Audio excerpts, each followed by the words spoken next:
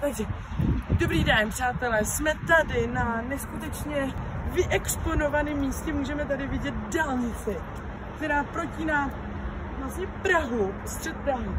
A tady si může tady začala kameramanka, režisérka zabrat. Toto je Nuselský most, vážení.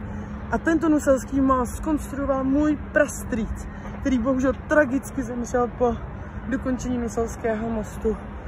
Prostě tragicky zemřel. No a my jsme si šli zajít s Verčou zaběhat a teď směřujeme právě do tohohle místa. Je to neprozkoumaný jakožto kostel, že jo, Veru? Co to je? Letohrádek nebo Hrádeček. Hrádeček koho? Já myslím, že to má jako spojitost s Karlem IV.